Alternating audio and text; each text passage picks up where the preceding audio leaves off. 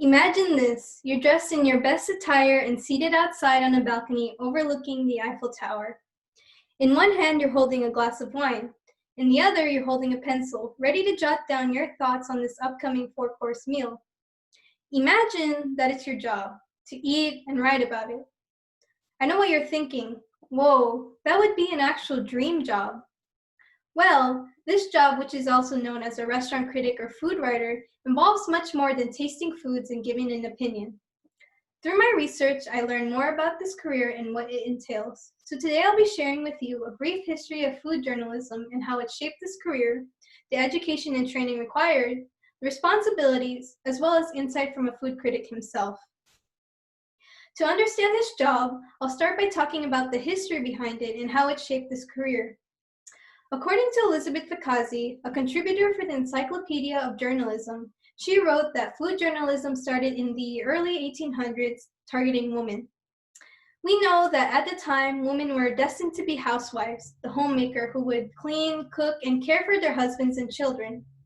Well, newspaper columns really took note of that and gave these women advice on what ingredients to buy, how to use appliances, as well as how to prepare proper meals. In a way, these newspapers advertised food in a new light, especially after World War II when families had more time and more money which they could use to eat out, for example. This was reflected in newspaper reviews and magazine articles and really defined this new role of a restaurant critic. Women critics such as MFK Fisher and Clementine Paddleford were two women that dominated the media. They expressed food as this leisure activity and documented cuisines and places they've been to for readers to enjoy. Along with women, men were also food writers, but men were not usually associated with the kitchen or cooking at the time. But that changed when men such as James Beard and Craig Claiborne redefined gender roles and hosted their own cooking segments and wrote their own reviews. So really, it was through these articles and these individuals that established this job as a restaurant critic. As food journalism became more prevalent in society, the career really took off and now requires education and training. Like any other profession, to be a restaurant critic requires some sort of formal education. According to the website study, it recommends obtaining a bachelor's degree in English, communication, or journalism. So really, you don't need a culinary arts degree. But courses in culinary arts and food media is also suggested. After getting your degree, obviously you need to put it into action.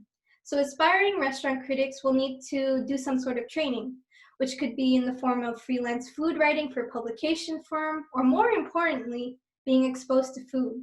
This could mean working at a restaurant, traveling, or widening their palate somehow. The more experience, the better, as this is a competitive job. In fact, in the future, there's a 0% increase or change in this job. Think about it. Famous food critics such as Gordon Ramsay and Guy Fieri started at the very bottom and established themselves over time. Now they have their own TV shows like MasterChefs and Hell's Kitchen.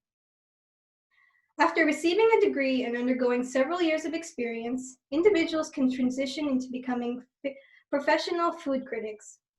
This comes with a lot of misconceptions, but I'll clarify that for you. Yes, they do eat and write about it, but there's so much more to it.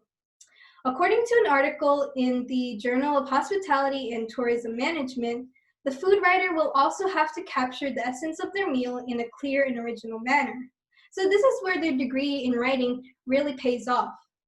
They will also have to discuss dining trends, compare good and bad meals, and just guide customers to the right spots. According to food critic Peter Calder, not anyone can do this job, even if it seems easy. He says that journalistic integrity is about not accepting inducements and trying to remain anonymous. In other words, he says he writes honestly, for readers who will actually read the reviews and take it to heart.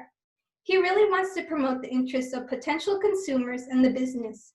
So, along with writing, restaurant critics will also have to establish reputation for restaurants because this is a competitive industry.